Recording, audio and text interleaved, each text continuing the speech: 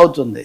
Yeah, మీరు అన్నట్టు భారతదేశం విషయం ఇరకాట ఇండియా ఒక విధంగా. నిన్న కూడా అన్న విశ్వగురు నోరు తెరని, చాలా మంది విశ్వగురు నోరు తెరవు ఇప్పుడు కాదు ఎప్పుడు తెరుస్తావు బాబు అని. ఈరోజు సోనియా గాంధీ ఒక లేఖ రాశారు, లేఖ కాదు ఒక వ్యాసం రాశారు. ఆ వ్యాసం అన్ని పత్రికల్లో, ఇండియన్ మీడియాలో, ఇంటర్నేషనల్ మీడియాలో కూడా హైలైట్ అయింది.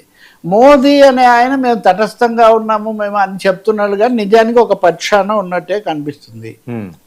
యుద్ధాలలో ఒక దేశాధినేతను టార్గెటెడ్ కిల్లింగ్ చేయటం అన్నది అంతర్జాతీయ నీతిలో, యుద్ధ నీతిలో కూడా అది లేదు. పైగా ఆ చచ్చిపోయిన వాడు మన స్నేహితంగా ఉన్న దేశము.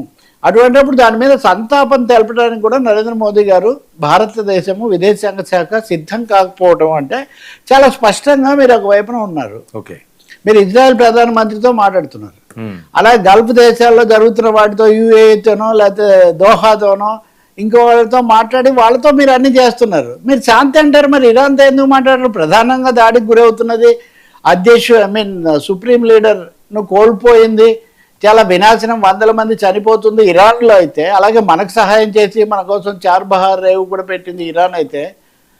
నిన్న అందరూ చెప్తున్నారు అది 400 ఏళ్ళ హైదరాబాద్కి అప్పటి నుంచి అంత సంబంధాలు ఉన్నటువంటి దేశంతో మీరు ఎందుకు మాట్లాడలేదు? కాబట్టి మీరు వెంటనే పార్లమెంట్ను సమావేశపరచాలి. పోస్ట్ బడ్జెట్ సమావేశం జరగాల్సి ఉంది. విదేశాంగ విధానంలో ఇప్పుడు చైనా గురించి చెప్పినప్పుడు, చైనా బ్రిక్స్లో కూడా సభ్యత్వం ఇచ్చింది ఇరాన్కు. ఇంతకుముందు కూడా అంత ఫ్రెండ్షిప్ ఉంది వాళ్ళకు.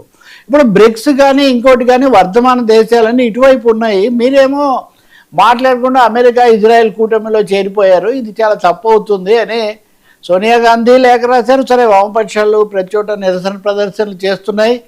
ఈ సమయంలో కొంతమంది భారతదేశంలో ఉన్న మత రాజకీయాల రీత్యా దీనికి ఒక కమ్యూనల్ డైమెన్షన్ కూడా ఇవ్వడం చాలా ఆందోళన కలిగిస్తుంది. పొద్దున్నే నేను ఫేస్బుక్లో రోజు నేను ఒక చిన్న కప్లెట్ లాంటిది రాస్తూ ఉంటాను అనమాట. రాస్తే విశ్వగురు విషాదం, ఇరాన్ పైన సాగుతుంటే దురాక్రమణ దాడి, ఖండించని సిద్ధపడని దుస్థితిలో మోడీ. ఇరాన్ పైన సాగుతుంటే దురాక్రమణ దాడి, ఖండించను సిద్ధపడని దుస్థితిలో మోడీ, శాంతి ప్రియం అలీనత, అది నిన్నటి మాట.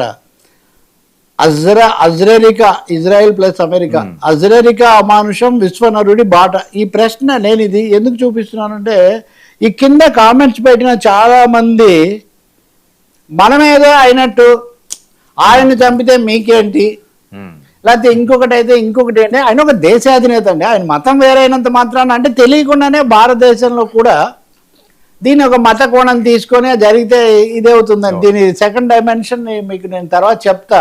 కానీ ఆసక్తికరమైంది ఏమంటే వర్మ, షియాలు సున్నీలు కూడా ఆయన చచ్చిపోయినందుకు విచారించారు భారతదేశంలో. ఇదేదో షియా సున్నీ తగాదాకు దారితీస్తుంది అనుకుంటే, జమ్మూ కాశ్మీర్ దగ్గర నుంచి హైదరాబాద్ వరకు అన్యాయంగా చంపేశారు కదా. ఏదో ఘటనలోనో ఇంకొకటి అయితే అది వేరే విషయం. ఇక్కడ ఇంకొక పెద్ద ఈ మత కోణంలో ఆనందించే వాళ్ళకు ఒక పెద్ద పిత్తలాటకం ఏమొచ్చిందంటే, పాకిస్తాన్ సైమల్టేనియస్గా పాకిస్తాన్ ఆఫ్ఘనిస్తాన్ మీద దాడి చేస్తుంది. పాకిస్తాన్ను ట్రంప్ బలపరుస్తున్నారు ఆఫ్ఘనిస్తాన్ మీద దాడిని. వాళ్ళే తాలిబాన్ను వాళ్ళే సృష్టించారు, భస్మాసురుడిలాగా వాళ్ళకే వచ్చింది అనుకోండి. పాకిస్తాన్లో అమెరికా ఎంబసీ మీద వాళ్ళు నిరసన తెలిపితే, కాల్పులు జరిపితే 50 మంది చచ్చిపోయారు. అంటే ఇవి ఎక్కడెక్కడికి పోతున్నాయి. భారతదేశంలో ఉన్న అమెరికా, ఇజ్రాయెల్ రాయబార కార్యాలయాలు కాపాడలేక మనం చాలా అవస్థపడాల్సిన పరిస్థితి వస్తుంది. సో పాకిస్తాన్ ఏం చేస్తుంది? పాకిస్తాన్ ఇక్కడ గనక దీన్ని ఉపయోగించుకొని భారత్కు వ్యతిరేకంగా దీన్ని తిప్పితే మనకు చాలా నష్టం, మత కోణం కనుక కూడా పెరిగితే. కాబట్టి ఏ విధంగా చూసినా ఒక పెద్ద దేశంగా భారతదేశం ఇప్పుడు చొరవ తీసుకోవాల్సిన అవసరం కూడా చాలా ఉంది. ఇప్పుడు రష్యా, చైనా, చాలా విషయాల్లో రష్యా, చైనా, ఇండియా బ్రిక్స్లో కూడా కలిసే ఉన్నాయి. ఈ సమయంలో అందరు కలిసి ఒక మాట గట్టిగా అనుకొని చేస్తే ఇది కొంచెం ముందుకు పోతుంది. లేకపోతే మటుకు యూరోపియన్, వెస్ట్రన్ యూరోప్ అమెరికాతోనే ఉంటుంది. ఈ విషయంలో చాలా స్పష్టంగా ఉండాల్సిందే. మనం ఏషియన్ కంట్రీస్ ఏదన్నా ఇటు వస్తే రావాలి తప్ప బిగ్ కంట్రీస్ ఏమీ రావు. పైగా భారతదేశంలో ఒక 20% పైగా 20% మైనారిటీలు ఉన్న ఈ దేశం ఈ శాంతి భద్రతలు చూసుకోవాలి. పెట్రోల్ కన్జంప్షన్లో కూడా మనం చాలా దిగుమతి మీద ఎక్కువగా ఆధారపడేవాళ్ళం.